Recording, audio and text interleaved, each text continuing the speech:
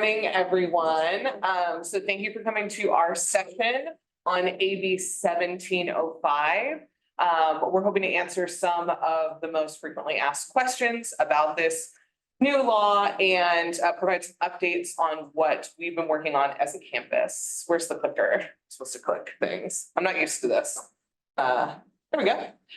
So I am Jackie Williams, and related to AB 1705, I am leading our Academic Senate Task Force that was formed last semester. And I am also going to be your campus lead. So when we get a little bit further into this, we'll explain kind of how that works. But we've been making changes related to placement, math, English, decision science for several years now without having a central person. And so we finally had an opportunity to have a centralized person in that role. And so that's going to be me. Good morning, everyone. My name is Noel Quintero. I'm the counselor coordinator for the Welcome Center, and I'm also the counseling AB representative for the counseling department. I was a part of the task force for AB 705, and I just transitioned over to 1705. My name is Jim Ryan. I did a lot with AB 705 with Jackie in the math end, English end. And so I'm still here, and we're doing 1705 now, and I teach math here, and there you go. Thank you. All right. And again, welcome everyone. Really quick, I have a feeling that I know who's in the room. I know who might be interested in this session, but how many people here are not from counseling, math, or English? Cool. Okay, great to have you. So we kind of broke today's presentation into 3 different parts, and I just want to give a disclaimer at the top. There is a ton of information on these slides. It's not our intention to read all of it today, but knowing that we were going to be doing a split with the folks that are home on Zoom, we wanted to make sure that they were catching all of the information and that you would have this after the fact. So don't expect to have to read everything on the slides. We want this to be more organic. We really want to make sure that we're answering the questions that you have, because that'll really help us going forward in our work this semester. So don't be intimidated by my 67 slides with 10,000 words on them. But it's going to be 3 basic parts. We're going to talk about the legal changes generally, and then also the big unexpected bonus that came with this new law, which was funding to do this work. It's been following since AB 705. The state initially said, don't worry, this is going to be cost neutral, and they gave the colleges nothing. And this time around, they were like, oh, actually, we think there might be some costs involved. And so they gave a little something to each of the colleges. We're going to do an update on our task force activities. We have 2 running right now. We have the Academic Senate AB 1705, which represents 1705 concerns campus-wide. And then the math department got their task force off the ground at the very end of summer. And so they're going to provide some updates for what math has been working on specifically. And then I was lucky enough to be on sabbatical last semester to work on research related to AB 705 top implementers. And so at the end of this, I'm going to share some of my initial findings that are going to be in my sabbatical report. Okay, so how many of you are not familiar with AB 705? So a little bit. So 705 was passed in way back in 2018 and went into effect in fall 2019 as a way to improve our throughput in math and English. And when I say math, we mean mathematics, all quantitative, or sorry, All math. all math. For So transfer level course. yeah, so that includes our business math classes, which are called decision science at this campus. And so that reduced the amount of remedial courses we were allowed to offer before students were put into transfer courses. And so our initial response to that, we were one of many, many colleges that chose to create co-requisite support courses. So we have those in math, decision science, and English. So students are placing into transfer level in most cases under 1705, going directly into transfer level, and they either have a co-rec or they don't. depending on their GPA, depending on their personal preference, a variety of factors. So we have never been a top implementer. There have been a number of sort of statewide groups that have tracked the success of AB 705. And there's about 20 colleges that really, however they did it, they reached 100%. 100% enrollment in transfer level. They improved their success rates in their classes. Their throughput is really high. Not necessarily successful. Not individual class. 705 is, once they start in that discipline, math, English, decision science, are they finishing all their transfer level requirements in a year? Right? So they might fail English 1A the first time, retake it and pass it the second time. That would still count as throughput, as, you know, within the law. So we were always sort of in the bottom third, just for full transparency. Our success rates for English with the co-rec and without, for a standalone English class, that's our students with the higher GPAs that are going right into English 1A, no extra support. The success rate, the pass rate was about 56%. For the students that are going into English 1A with a co-rec, it was 55%. So we saw a huge increase into the number of students that were getting access to these classes. But for a variety of reasons, we didn't see the kinds of success rates that the state really wanted us to see. The throughputs were higher, a lot higher. People who actually finished their transfer level course within a year increased in both English and math. Yes. Huge increases. But we were not alone in that.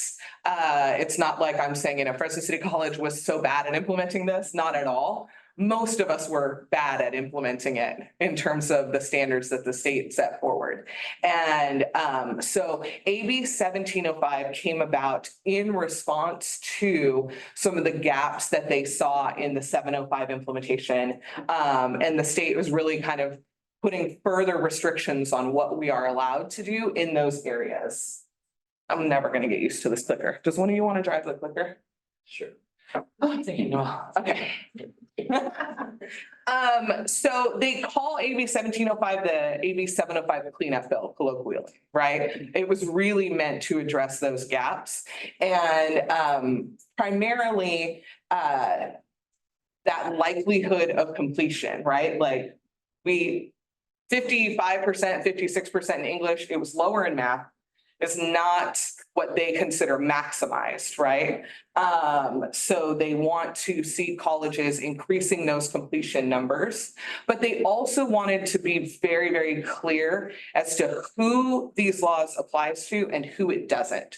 So 1705 actually lays out a lot more in terms of specifics about what special populations don't fall under 705, 1705, which means we would not be required to put those populations directly into a transfer level math or English class. So it clarifies the exemptions. Mostly those are related to, like, for example, DSPS. We have certain populations in our DSPS that don't have to take transfer level classes. And then we have certain certificates on campus that don't require transfer level math or English, right? So those would all be exempt from 1705. So it's not a blanket law. It's not impacting every single student. This just sort of clarifies. I highly, highly recommend that if you have questions about whether or not this applies to your area, you check out the implementation guides that the state chancellor's office is putting out. But one of the things that we're going to be doing is an internal audit of our programs, so we know exactly which ones are exempt. And that way we can make sure that all the counselors know this degree is exempt, this one's not, this certificate's exempt, this one's not, that kind of thing. Let's see. The other thing that is different in 1705 is the language is super specific. It's not just about placement. We had extensive conversations. The place I met these fine gentlemen was what used to be called the Assessment and Placement Committee. How many of you interacted with that committee back in the day before the Senate got rid of it. Yeah. So assessment and placement, we looked at the different placement tests and avenues for that sort of thing.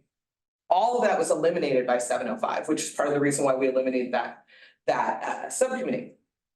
So we were placing students into a transfer level course. We were telling them you're eligible to take this course based on your GPA. We were telling them whether or not it was recommended or required that they take a co-rec with that class, right? But functionally, students were able to still enroll in some college level classes that we had on campus that didn't meet that threshold for being transfer level work. And so we identified these classes that were keeping us from ever being 100%. We made all these changes and we'd get our results back from the state and we'd be like 98. Why is Fresno City at 98?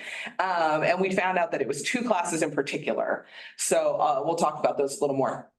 So what 1705 did is they said, okay, it's not enough to just tell students that they cannot be placed into that, like you're not going to place them in that class. You have to eliminate things in your processes that are causing them to enroll in lower classes. So the primary example I can give is Math 103. Right, so Math 103 is a college level class. It's on many programs. Some as a requirement, most cases it's there as a prereq, right? And so students didn't know, they're self-enrolling themselves, they're not talking to counselors, they're not getting all of the information, and they see that Math 103 is listed as a prereq, so they were signing up to take it, not knowing that they could go math right into like Math 3A, right? So we have to eliminate anything in our own processes in the way that we do business that causes students to enroll lower than what the law says they should. So that's one of the big things that we're working on. Okay, and then the last thing that we got related to the law was several timelines that we had to meet. So the state chancellor's office is kind of like, you know, pacing us through this. So by July of this past summer, we had to validate that none of our non-STEM programs were requiring students to take pre-transfer level math classes. Although calc? No, that's STEM. Non-STEM. Non-STEM. Yeah. So Math 103 was removed from the schedule. So those of you that are advising students, you see suddenly we didn't have any sections of Math 103 for fall 23. This is why. The other class was English 105, our grammar class. That class was also, it was keeping English as in violation of full implementation. And so we no longer offered sections of English 105. There were less of those, but it was still keeping us from being 100% compliant. STEM has a much heavier lift, and Jim can talk about this, but STEM majors are now limited to only 2 transfer level prereqs before the transfer calculus that they have to have. So Which they joined the gateway course. And we have only 2, but then the next sentence, college must validate that they need those 2. We don't know how to validate it yet. So we are like hopeful that we're further along in compliance and we won't have to eliminate a lot of things, but we're still working through that validation process. Okay, stop. Just so I'm clear on the STEM issue. You're only allowed to have 2 courses as a prerequisite. Is that what that means? And they have to be validated. And then the second requirement is validation, and currently the state is not provided with any guidelines on how to validate. So they've told us in some statewide webinars that, you know, we can expect that the threshold is going to be over 50%, maybe over 55, but they haven't said exactly what it's going to be. Who ultimately decides the validation? ultimately, that will come down from the state chancellor's office. They asked us to submit reports related to 705 and 1705. And the first time around, we had 2 years to validate that anything we came up with was working. So for example, we created some reading classes, they didn't validate. We had to cut those. So this time around, they asked us to validate that we would be working towards these goals. And then when we get to July 2024, they're going to ask us to provide whatever data they consider as proof. And I'm assuming the statute and the regs just say validate, right? They don't give you any guide. Right. And that's the other thing. The law is super vague, right? And it is vague because it's not their job to tell us how to do things at our own colleges. And so it's supposed to give us wiggle room. All it gives us is anxiety. And it says that a student would be highly unlikely to pass calculus without taking pre-calculus, for example. So that's the validation. That's the validation part. And the highly unlikely, the hard part is the more courses you give a student, the more chances they have to leave. So if they have to take trig and pre-calc and calculus, they could get tired of taking math and just fail. And then that counts against validation because they didn't make it to calculus. Now, That's a big. how strict, well, but that's how 705 worked for just intermediate algebra.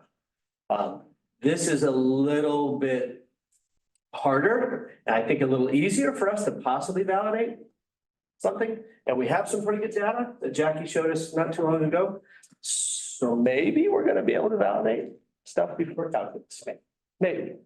But we're working on stuff right now, a co-requisite class for Calc 1 and a new version of just pre-calculus where everyone would only take one course before calculus. So that we have it written, because it takes a year for curriculum to go through. So we won't be able to offer that stuff till fall of 25 anyway. But when they ask us in July of 25, how's it going? We'll be able to say we put the pieces in place. Yeah, the whole Right. makes changes is part of us not getting penalized. So we're planning on possibilities, which is frustrating. Because like, we don't even know if we're gonna use this. Mhm. And we're writing curriculum right now for it, but Yes. When you tried to validate your two classes and the chancellor's office said no, did they give you any type of feedback? This they haven't said no on for the stats. Not So yet. what they, for the reading classes, for example, what was happening was, first of all, nobody was taking them. So we created the classes, they were supposed to be an additional support, and so few students signed up for them. I mean, some semesters it was 4 of them, right? So few students signed up for them that we weren't actually able to consider it like a valid data set.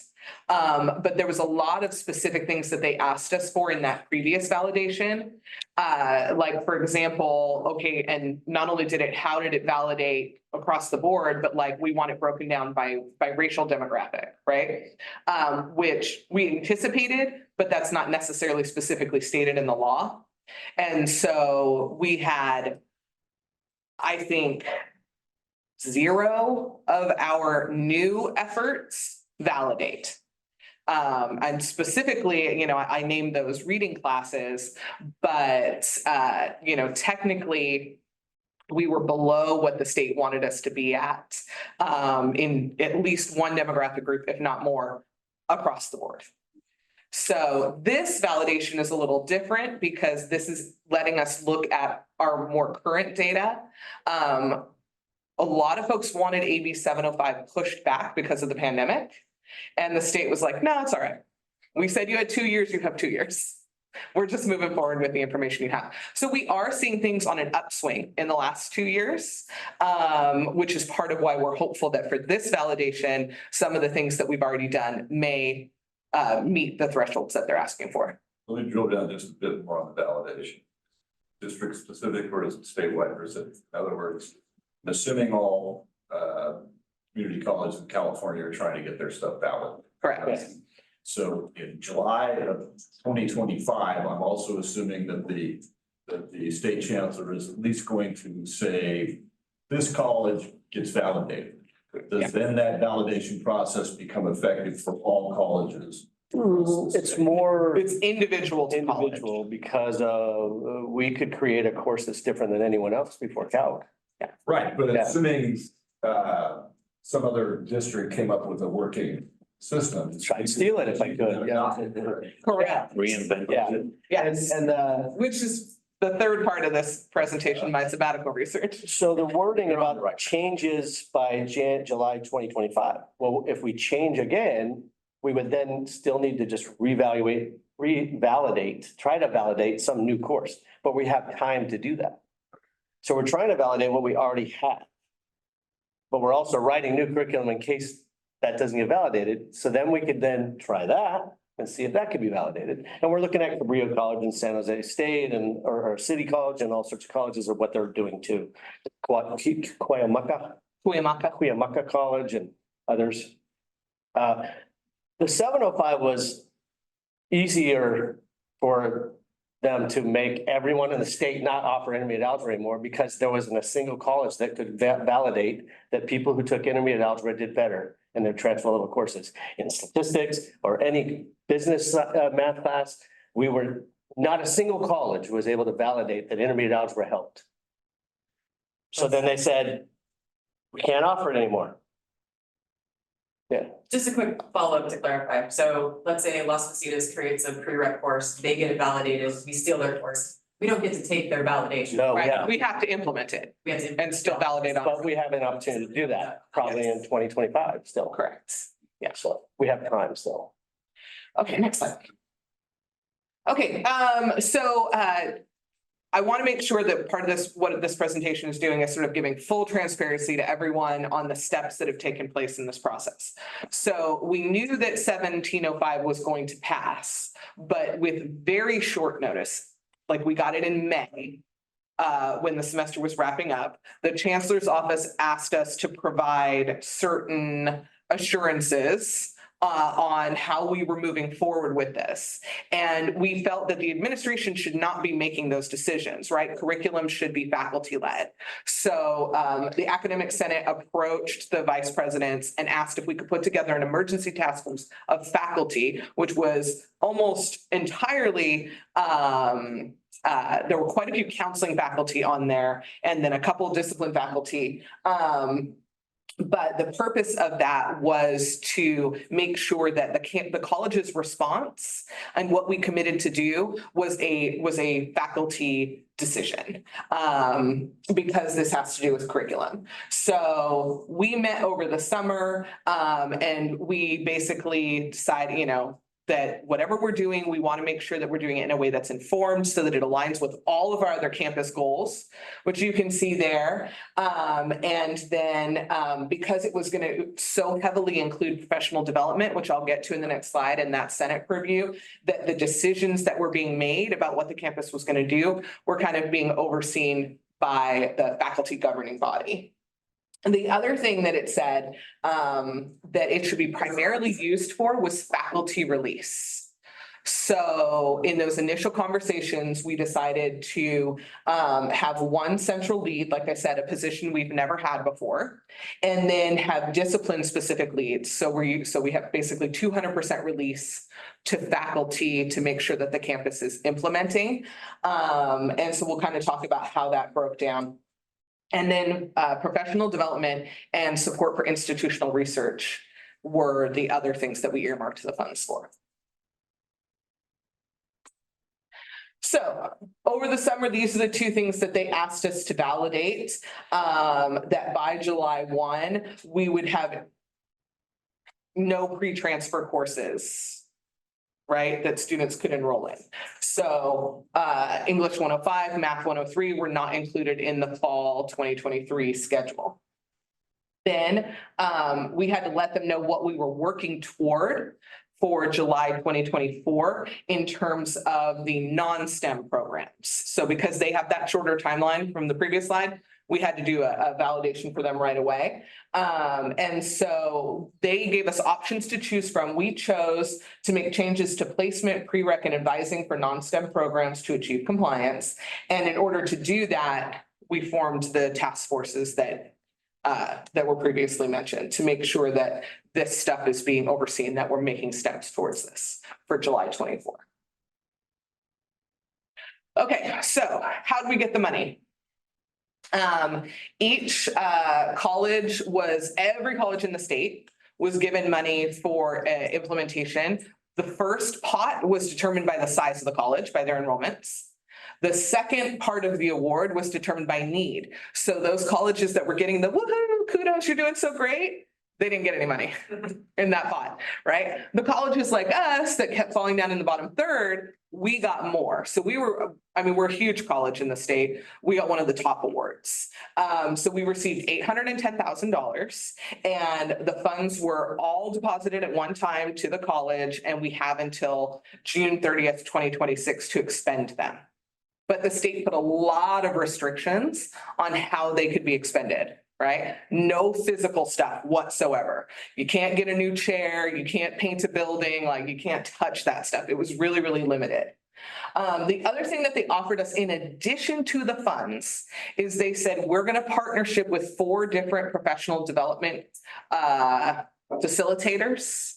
And you can have that, but no additional cost to you, the state's covering the cost. So we have our facilitator now, and then they started offering webinars and their implementation guides and that kind of thing to help us understand what was allowed. So that's the support that the chancellor's office is giving us this time. Last time, it was just this, right? So 705, all we had was webinars and memos. So now we actually have some more robust support to make sure we get it right this time. Next slide. David. Just have do you know if there's any kind of indication whether that financial support will be continued? They told us it's one time, that's it. They were pretty clear on that, so we'll see if anything changes as we reach the end of those deadlines, but in the initial meetings, it was, this is it, this is what you're getting. So again, we were really limited in what we could use the funds for. And so they basically gave us 4 different buckets, and we decided to again use the bulk of it for faculty release, so that we have people who have time off from their teaching load or their counseling assignment in order to make sure that all of this work is getting done, right? This audit is going to be a lot of nitty-gritty detail work. It's going to take a lot of time. So we wanted to make sure that we were giving people time to do that. Professional development was the second most common. And so even though we didn't have any specific vendors for ourselves identified, we did award $200,000 to professional development. And so that's something that we're working on as a task force in terms of who do we want to bring to campus? What do we think would be most successful? We were allowed to use the money to expand the capacity of our institutional research office. So one of the things that we did is we asked the RP group, the statewide data gurus, if they would be willing to act as consultants to help us look at some of our data.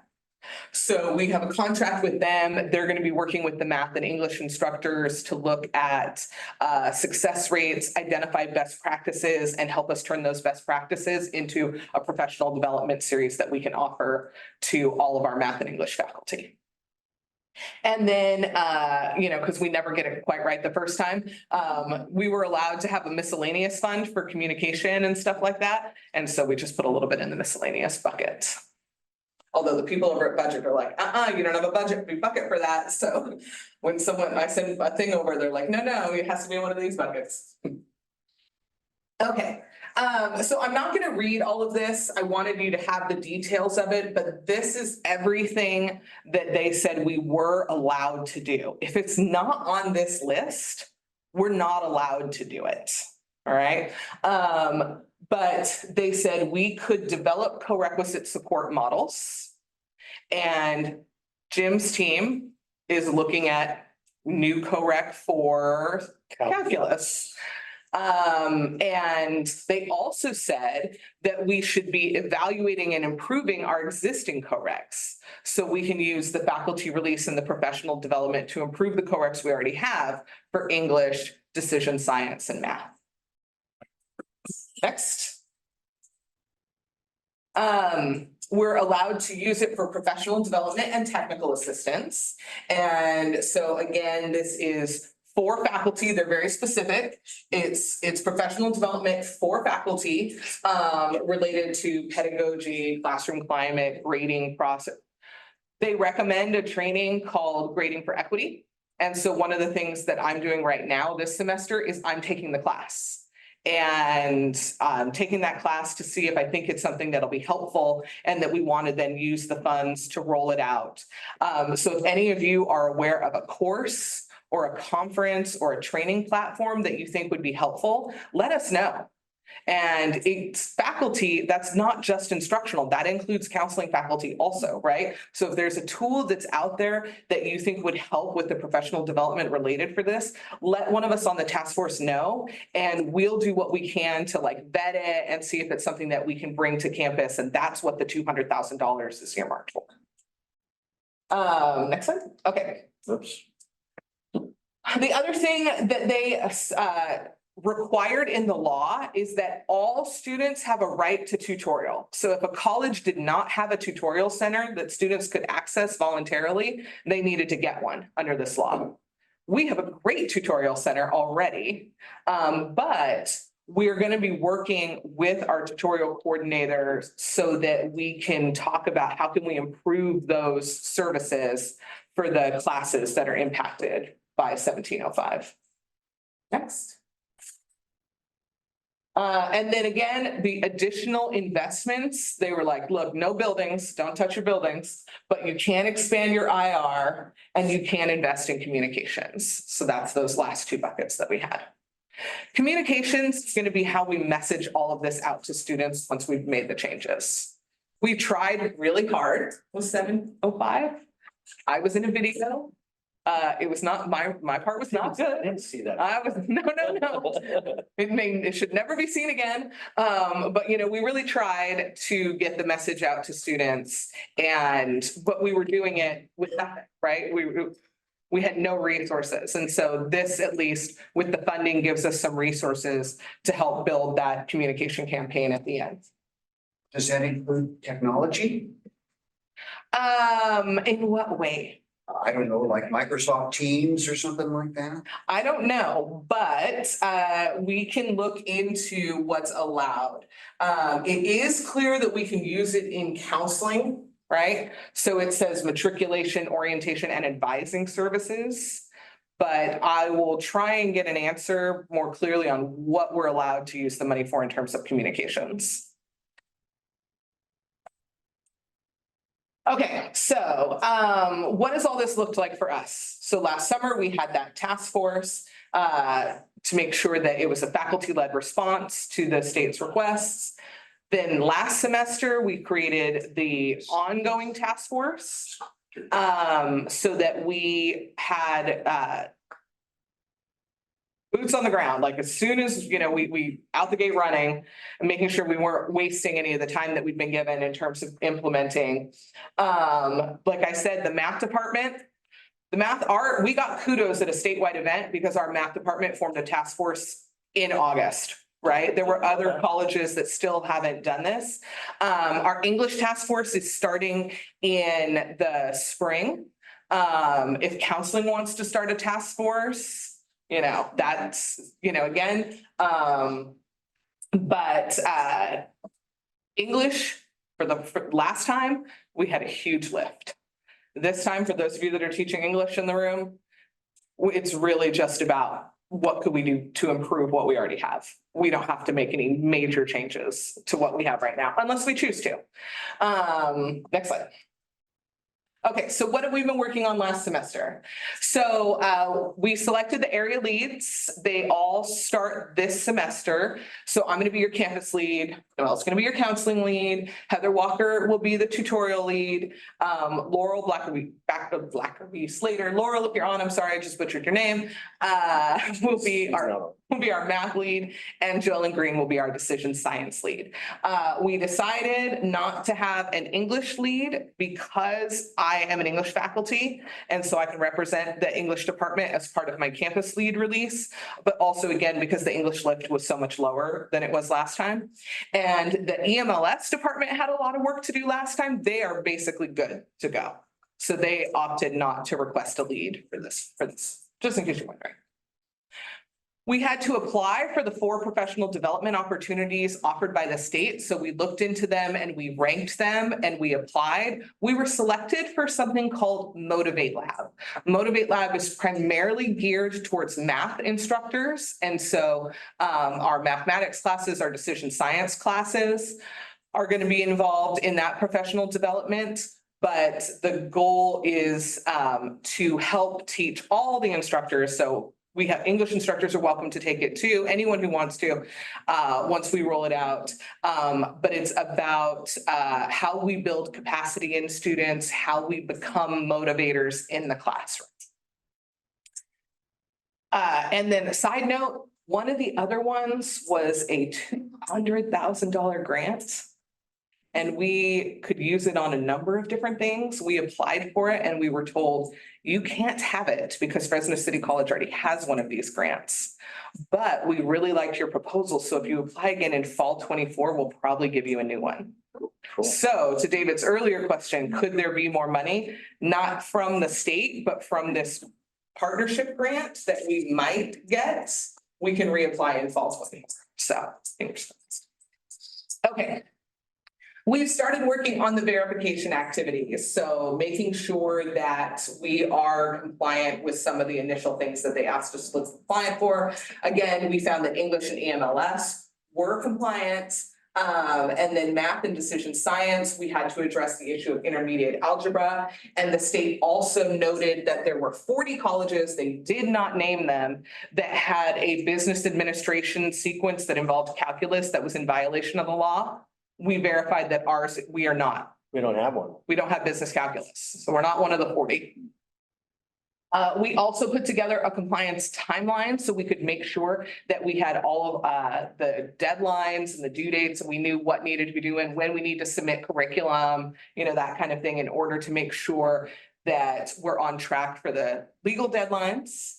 And then we sat down with each different impacted department and made a detailed to-do list of what that area really needed to work on, short-term and long-term, in order to be compliant with the law.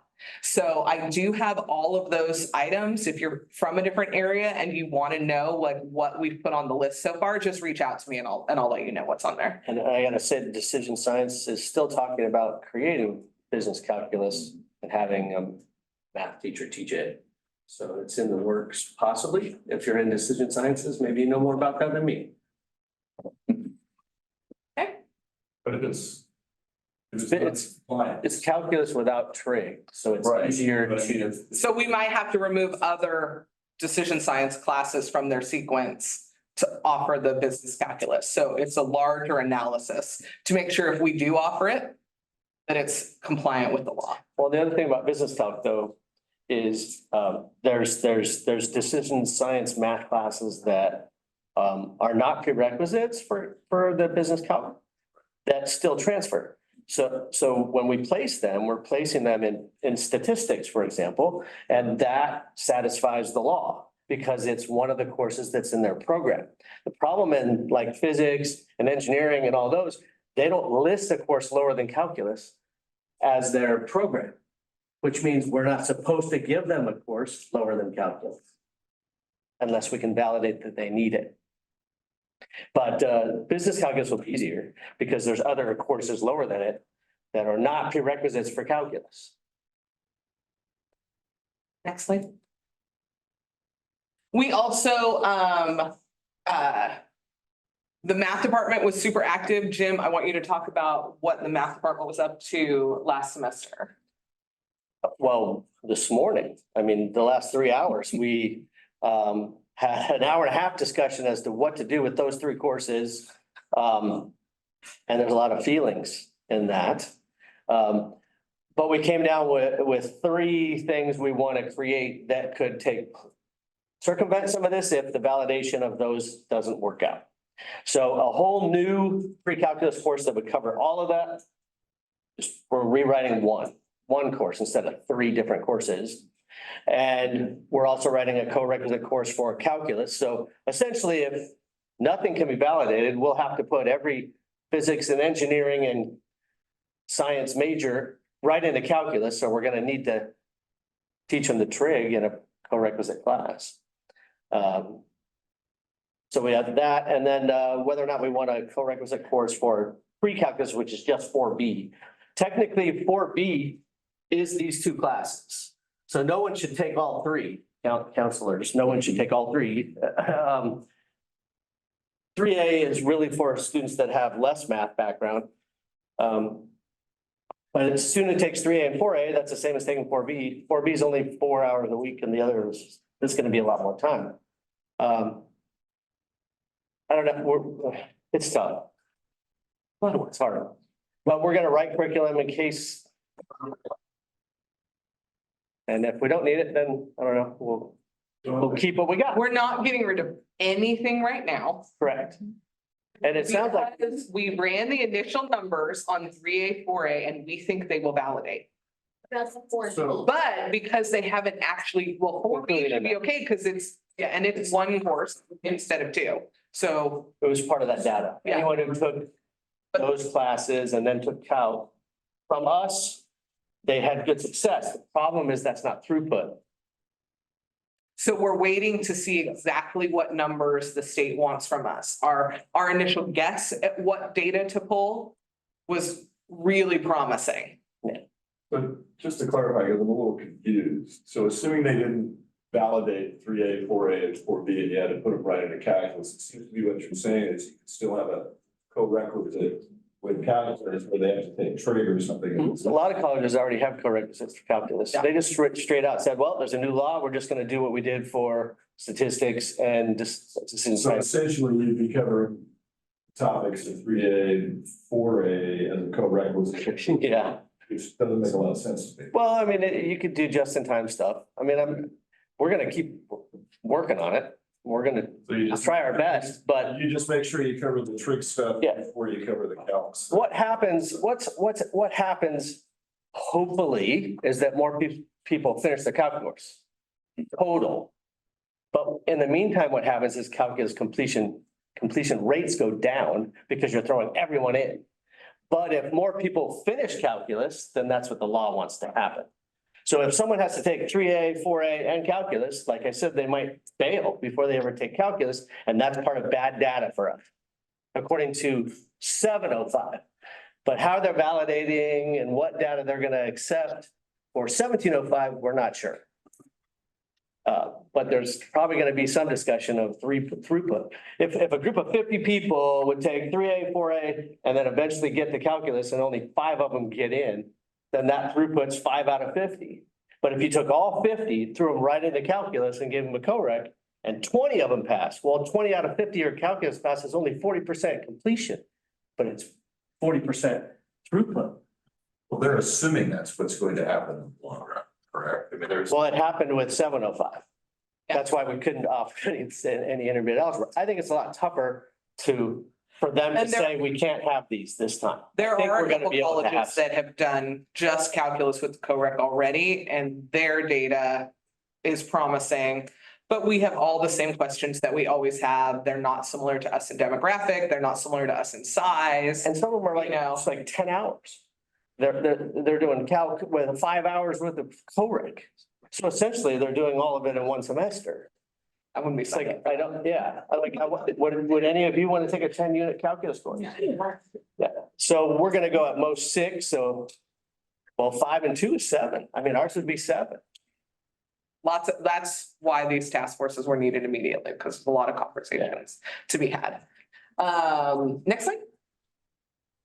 Okay, so this is the thing that you were working on today. The math department was working on these. Yeah, Right? we 5A got good co-rec. outlines for all of that, and then I left, they're still working on it. So Oh, we should have a good outline for both of those courses.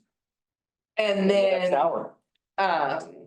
the other thing that they're working on is, working with IR to answer some of the different specific inquiries that math has. So like, again, we met with them last semester a couple times to look at, do we think our numbers are gonna validate? And then this semester, they want to look at, okay, so if we have like students cohorted in different ways, is that providing more or less success? In terms of what classes they're taking prior to 5A. And the other thing is they'll have to work on anything additional once the state provides clarification. The math department's gonna have to work on, crunching those numbers with IR to see if they validate. So we anticipate further clarification coming through. They've already said that it will, it just hasn't happened yet. They were like, look, there's these 4 things that we think you could try because we legally can't tell you how you have to crunch your numbers. And so we're working from there right now.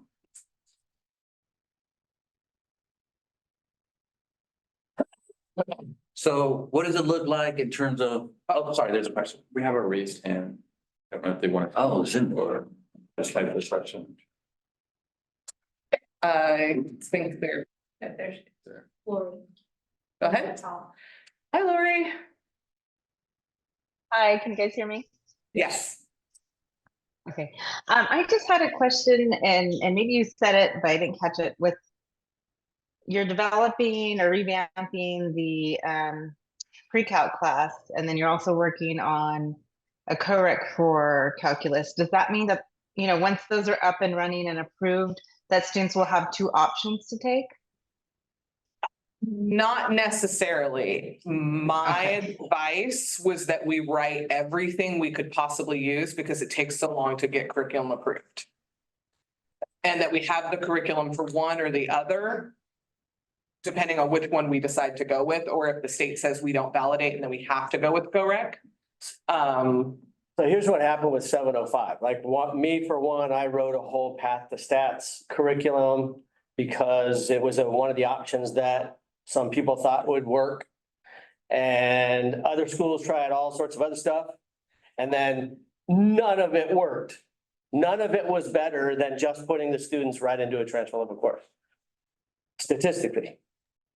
Now, does that mean we're to write all this curriculum and then be told that none of it works? Maybe. But I think we have a better chance that some of it can be validated this time. It's just a feeling, though. So the plan right we'll just now find is, out what they approve. the plan right now is not to offer both, but to be ready for either contingency. Mhm. Okay, thank you. So for counseling, what does this look like? We formed a mini task group. I am a part of what is now known the Welcome Center, previously formerly known as College Relations. We are your outreach and onboarding. We have RTG around the corner, registration to go, where we go and assist students who are transitioning from high school to college. So how does this look like? We already have pre-filled ed plans in place. You're probably wondering, why the hell do we have pre-filled ed plans? Well, if I would invite every single one of you to visit a high school when we're out there, we are fighting against time. They are being pulled out from their English courses, their math courses, their government and civics, and we only have 50 minutes. So we have these ed plans in place, which we cleaned up already. Again, like Jim had mentioned moments ago, it takes about a year, it takes a year for curriculum to approve. So it will not affect our students who are transitioning to this new fall semester coming up. Advising for SLAM versus B-STEM, I think the questions will arise more on the B-STEM side because of the simple fact that they're gonna have to take these prerequisites, hopefully calculus with a full requisite, SLAM, low-hanging fruit, we're gonna place them into stats, no questions asked, with the co-requisite or without. I'm gonna go off a little bit off script, but what I have seen in my 8 years in terms of outreach and evaluating and looking at transcripts, this is somewhat of a communication issue that I need to work on with my high school constituents. A lot of times I do see students who, the A through G requirement for math, I believe it's 3 years required for high school, 4 recommended. A lot of these students are following their sequencing, right? They're taking their algebra 1, whether it be in middle school or in high school. Then they follow suit with geometry, algebra 2, and then they go to trigonometry. Or some of them opt out.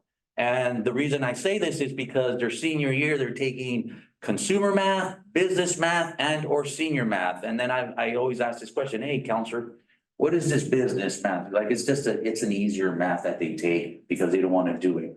So then in turn to me, I look at this and I say, that's kind of somewhat, it's kind of hurting them because they could have saved themselves half a year, which is, it's a semester. So a lot of them come in, no algebra background, and we're placing them into the 3A.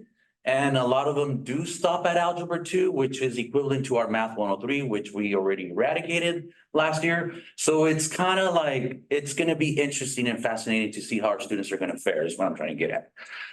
Jackie and I, as she had mentioned before, for spring 24, we will do an audit, which in order to be compliant, I think the part of the most majors that we're going to look at will be the B STEM ones. The SLAM ones, we're just going to double check. I don't see a lot of issues on that end. But we're gonna clean that up so we could be compliant with that. But that's the way it's gonna look. So right now, it's not necessarily affecting our students, but this is good to know in terms of counseling. But yeah.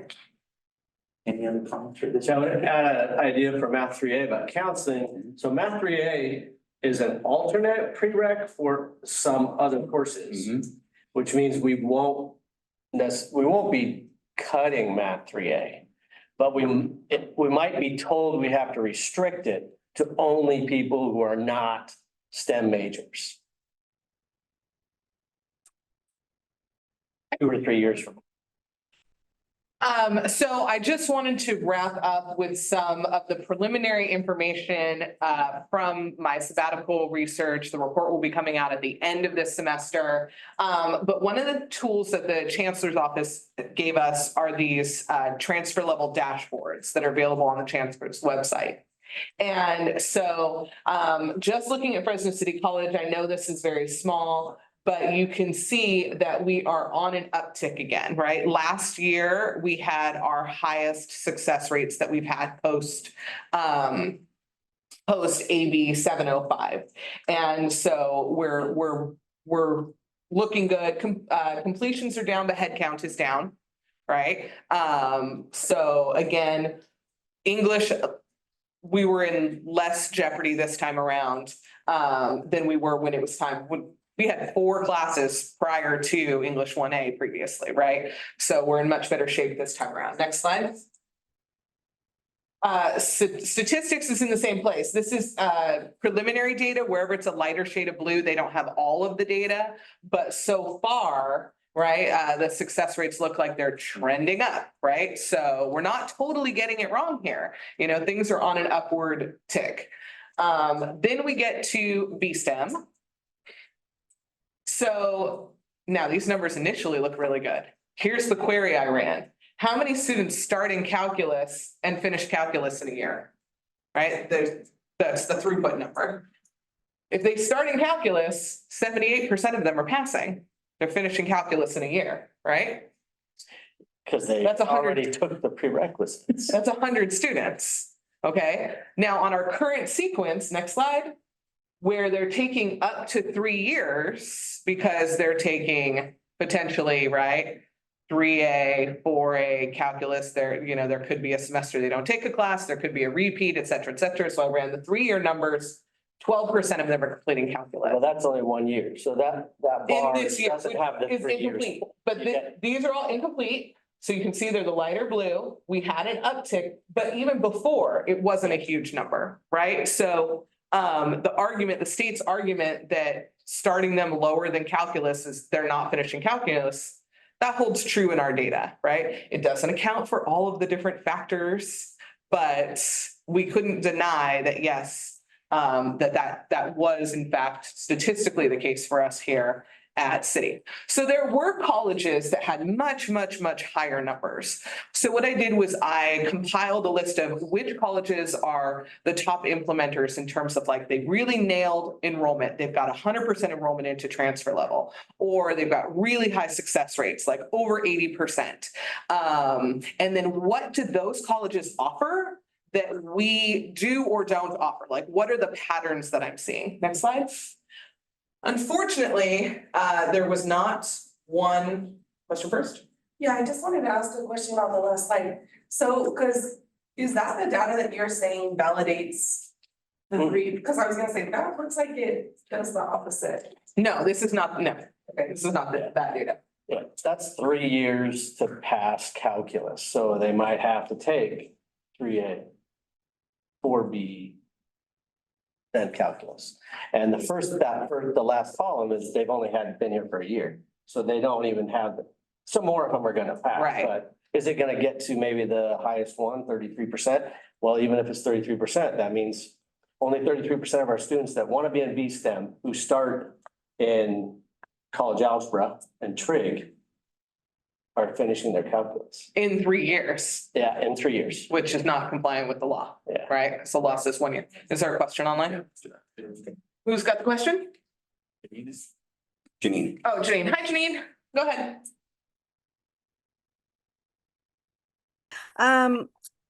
Going back to Noel's slide, I know you, Noel, you mentioned that you would be talking with the high school constituents.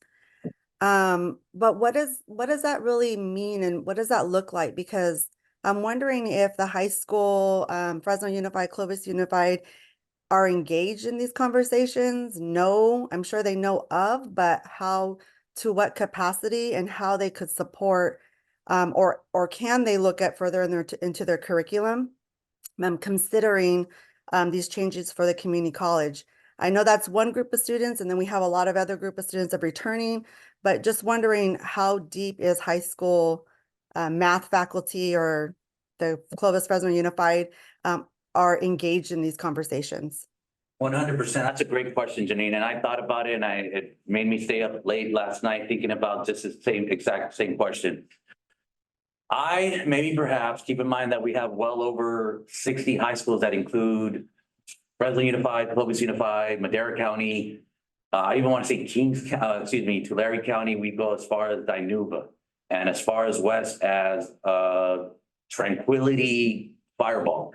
So these counselors, we do make an effort to invite them to our high school counselors conference, where we do try to cover this type of information. And keep in mind that there's all sorts of other things that we are presenting during the high school counselor conference that we do host. Each individual sister colleges host once every 3 years. So when it's our turn, I make it a point to talk about some of the neat things that are coming down the pipeline that will affect our students. We also do engage with them if and when we go visit their high schools, but we just need to figure out a better way to mitigate this in terms of just letting them know, hey, we prefer for you to be a little bit more proactive. Now, let me rephrase that. I don't want to tell, because they're busy, they have caseloads and whatnot. But what I have seen, I can't give you any empirical research data that proves this, but a lot of seniors always opt out in terms of their sequencing, just the math portion.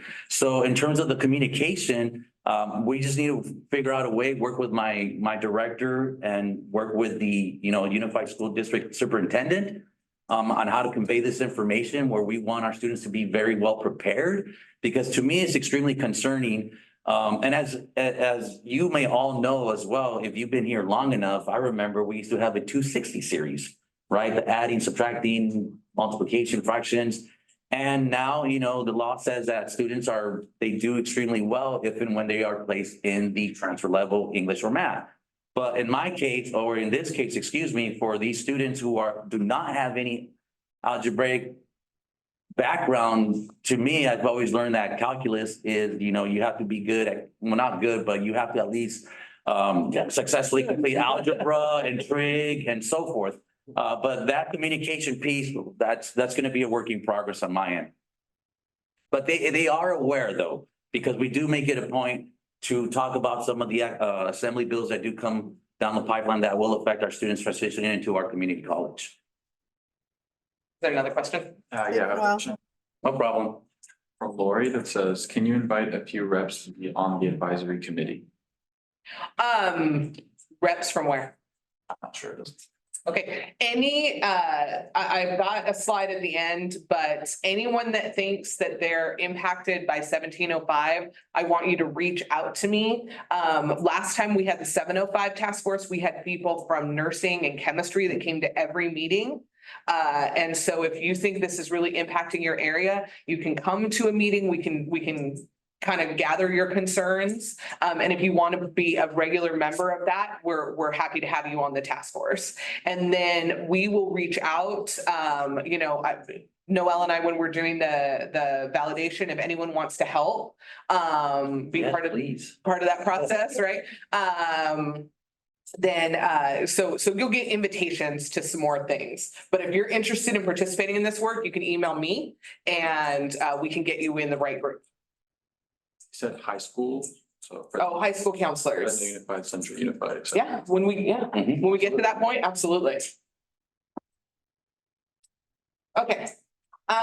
So the 5 recurring strategies that I identified were required tutoring. So students receiving messaging when they enroll into a math class or when they enroll in the college with a certain GPA or certain past math history or English history, that they're being told tutoring is part of what you do, right? Not just embedded tutoring in the classroom, but tutoring hours outside of class. That is not something that we currently require. And so Heather, as the tutorial lead, and I will be digging deeper into this.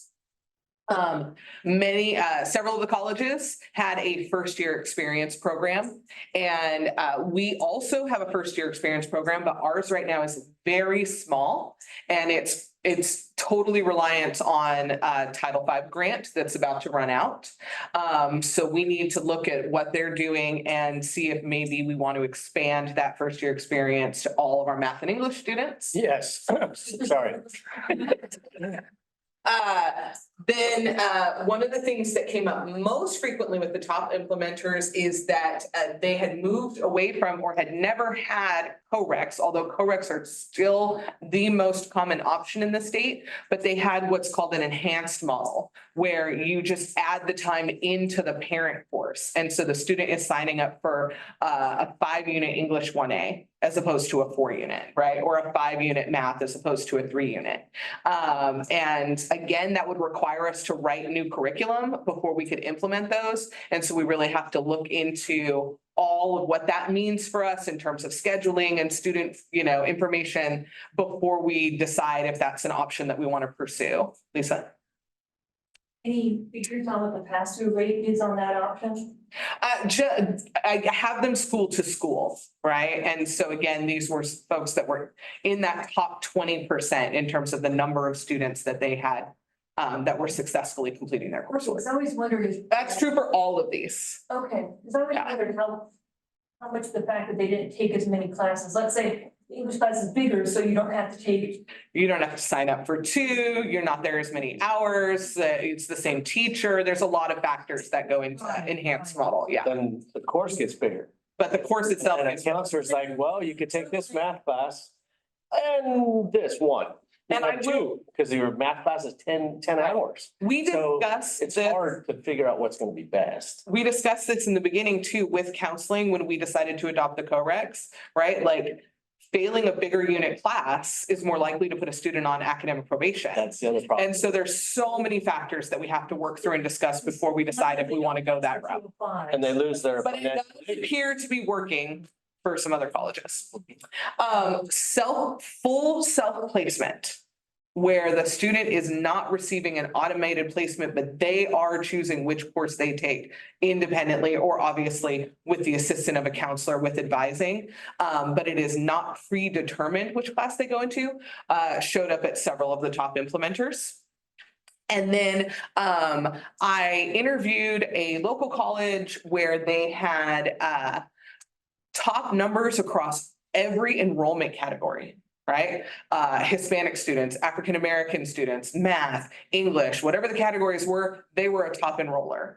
And over the course of the interview, they brought up that one of the things that their college does that's very different than us is that they don't do what they deemed late recruitment.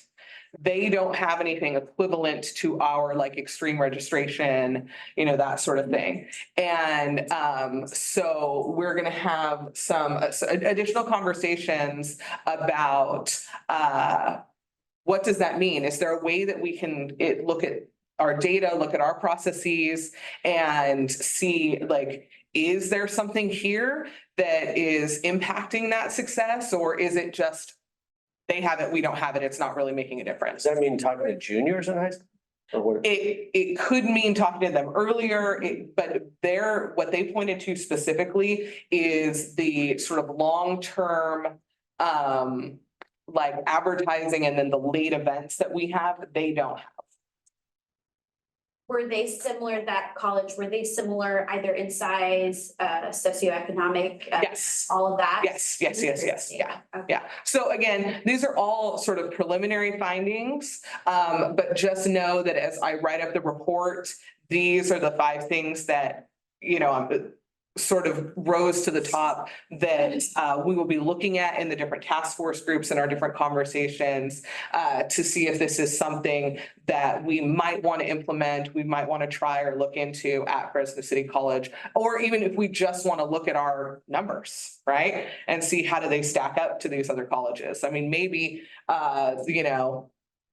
we just don't see the enrollments in January, right, for fall that they see or whatever it is, I know students aren't actually enrolling in January. When I was at the level, which was extremely long time ago, we had 2 options for calculus. One, at least, it was calculus in a semester or calculus in a year. The calculus in a year was just an A and B for the first term, for the first semester, if you wanted to do it that way. But not into that. There are a lot of limitations in 1705 on allowing stretch sequences. So that's probably not a likely option that. Same exact reason taking 3A, 4A and calc, people bail. If you have more classes to take, it's gonna take you a year and a half. Yeah. Your life happens, right? They all have jobs, they have families and they're like, I can't finish. Well, that's not a throughput, right? They're not finishing. But if you tell them, particularly a returning student, say someone who's 30 years old is now sophisticated enough to know they need to study. They come in saying, I gotta take all of this lower stuff, when they most of the time don't. Put them in a higher class and give them students that are gonna work with them together, and they're more likely to pass. So that's why I like first year experience. That's why I said that, because learning communication skills, study skills, I think that's the most valuable thing to pass my math class. It's not the math. It's how do you study? How do you work together with fellow classmates that maybe aren't from your neighborhood, right? How do you communicate with other people in the room? Hey, let's go to the library and study. And that's what first year experience I hope will help with. I think especially us English major teachers, we've seen that. You'll get groups that, they're behind outside the class when they're probably working together also. They're missing each other. If they all did that, our numbers would be higher. But it's hard. I get it. All right, we are just pushing up against our time. So I wanted to let everyone know that coming this semester, the AB 1705 task force meetings are going to be every other Monday, 11 to 12. I don't have the schedule written out yet because of all the holidays. But if you email me, I can let you know when the meetings are happening if you'd like to come to a meeting. We are also doing that Motivate Lab pilot. At this time, only the task force members and math and decision science faculty are invited. If you're in math or decision science, you don't have to be in the task force to be in this pilot. If you're interested, reach out to us. Jeremy, I think, is collecting names for math. Joellen would be the contact person for decision science. But that is starting immediately. They opened the class for us 2 days ago. We have to finish it by the end of February. And it looks like it has overlap to remedial. So those of you that are trying remedial on campus, there's a lot of that motivation stuff in there. If you've never done remedial with your colleagues here on campus, do that. That does. help you motivate students in a way where they learn communication skills and study skills. But the plan is to pilot it and then expand it to more folks in the next series. So any questions that we haven't had a chance to address yet? Any questions from the Zoom folks? Okay, great. That's everything for us. Thank you so much for your time and attention. Again, feel free to email me. Feel free to email Noel. Feel free to email Jim. We are happy to answer any questions you have. We're happy to have you in the task force meetings. And we're really excited that you all came today. And to the interpreters, I am so sorry I talk so fast. Thanks, everyone. Thank you. Thanks, Jackie.